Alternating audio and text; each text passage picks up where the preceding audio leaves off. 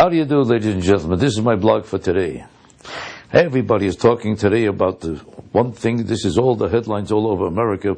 The new revolution that just took place in this country. They act like it's an actual revolution. Like it's the most unbelievable happening in the history of American politics, that a powerful president like this, who just won one of the most brilliant victories to the level of a phenomenal landslide, by controlling both houses of Congress and could control any legislation he pleases, and all of a sudden he was vanquished by an unknown guy in Massachusetts, in a race that was considered impossible for him to lose. Inconceivable. It's as if Babe Ruth all of a sudden was vanquished by a 6-year-old kid on a baseball field. I cannot believe that this happened. Now let me ask you a question. This man, obviously, Barack Obama, is a brilliant political tactician. That's why he was able to actually beat the Clintons at their own game. The Clintons were considered the most brilliant political team probably of the last 100 years. Everybody was idolizing their unbelievable powers, and they thought of him as an upstart who could never get anywhere against them because he had nothing in his favor compared to them. All he had was 2 years in the Senate, and everybody felt that this is nothing compared to Hillary Clinton following her husband into the presidency. And everybody assumed that it's impossible, he's wasting his time, he's kidding himself, he's in the wrong business, he's a nice man, good luck to him, but why doesn't he stop kidding himself? It's as if my sister-in-law was competing with me as a comedian. And she's a chef in Pittsburgh, and I'm a comedy star for 30 years, considered the best and the biggest, and all of a sudden, she's funnier than me. It's ridiculous to even imagine a thing like that.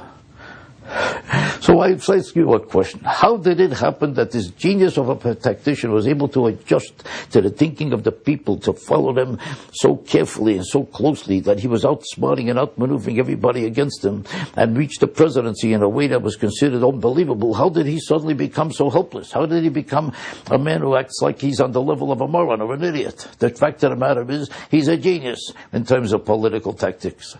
There's nobody smarter or shrewder than him probably alive today in this country. But his intelligence has nothing to do with it. What happened to him is something psychological. He decided that he wasn't elected as a president, he was elected as a king. And the will of the people suddenly means nothing to him, because he's going to create a healthcare program that every poll shows is impossible to pass. Because nobody wants it and nobody could stand it, and every poll shows that the whole country is against it. And this man who followed the polls in order to become the president all of a sudden doesn't care what the people think. Now, this is both obnoxious and arrogant and disgusting, because the truth of the matter is that if I got you the job, and I'm talking about the American public, you owe me something, don't you? If it was any other field, if it wasn't the presidency, and you wasn't working, and all of a sudden I got you the best job in the country, how would it look if you all of a sudden don't care what I think? What would people think of you if suddenly I don't matter? If I got you the job, I totally don't matter. If all I'm asking you in return is a healthcare program that I could tolerate.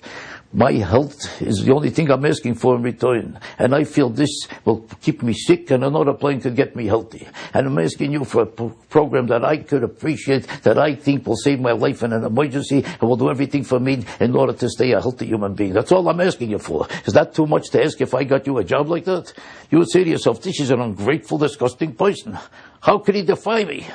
How could he have that character that nothing counts to him except his own position, his own power, and his own status, and that all of a sudden nothing matters except him? Now, this sounds unbelievable, but unfortunately, he's done a lot of unbelievable things, and this is only the latest one of them. I'm not surprised that a man who could sit in the church for 20 years and never heard what the priest said, now all of a sudden doesn't hear what the people say.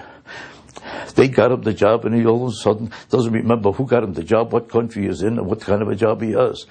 You were an elected king. You were elected president. Stop imagining you're a king.